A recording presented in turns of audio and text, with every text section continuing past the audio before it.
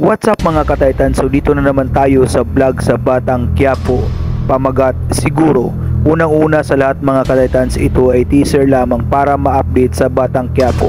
Ito nga mga kataytans, ito si David ay nagalit kay Olga dahil sa pangyari, dahil hindi niya akalain na ang pakasalan ni Ramon ay si Monique or si Mukang, na kung saan kababata ni Tanggol, na kung saan ito si Olga ay gumawa ng paraan. Kaya ang ginawa muna ni Olga is pinauwi muna si David sa bahay nila, at na kung saan di mo na makita ito, at pinapaayos ito ng mga tauhan ni Olga. So dito sumakay na si David sa kotse, na kung saan nag-iisip dito kung saan bakit nangyari ito, dahil na ayaw nga ito mahalata dito. So ayun ang mga kaleta, si Don Julio at saka si Ramon ay nag-uusap dito sa babae, dahil ang gusto is maganda daw siya at nagdadalawang isip. So dito ayun mga kataytans, ito si Olga ay gumawa talaga ng paraan para hindi mahalata nito.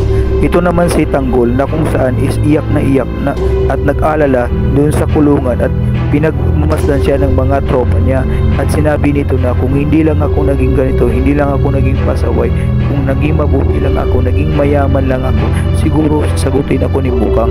Panik pa ni Tanggol. Kaya ang ginawa nito ni Tanggol, wala siyang magagawa sa pangyari nito dahil nakakulong siya. At ayun, dinamayan siya ng mga tropa niya, mga kaibigan, at iyak ng iyak si Tanggol sa pangyayari. So dito mga kataytans, ang ginawa, may dalawang basurero na kung saan nakakita ng bangkay. So ang bangkay na to ay ito yung kapatid ni Amanda. So ayun, ito yung binaril ni Agustos. So dito mga kataytans, dumating yung mga pulis kasi humingi ng tulong yung dalawang basurero. So ayun, meron din yung mga reporter nito.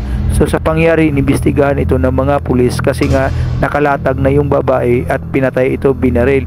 So ayun, sa pangyari mga kataytans, narinig ni Amanda na sa balik sa radyo na kung saan is pinatay yung kapatid niya, at ginawa ni Amanda, iyak ng iyak dito, hindi makapaniwala na pinatay ito ni Agustos, at hawak niya itong pamilya nito kasi ang ano ni Amanda is yung pamilya. So ayun, tinawag ito si Supremo, na kung saan sinabi na hawak nila yung pamilya ko.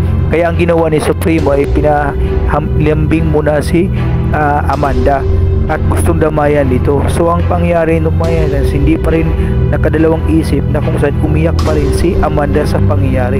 So ayun, ito si Agustos ay pupunta ng opisina, na kung saan sinabihan yung mga tao niya na pupunta si Amanda dito at si Supremo babalikan dahil sa pamilya. So ayun, ang ginawa ni Amanda, hindi makatiis ito sa pamilya na andun kay Agustos. Ang ginawa nito, habang tulog sila tatlo, ang ginawa nito is nagpaalam siya kay Supremo, na kung saan mahal na mahal niya si Supremo nito. So umalis ito si Amanda, pumunta sa bahay nito.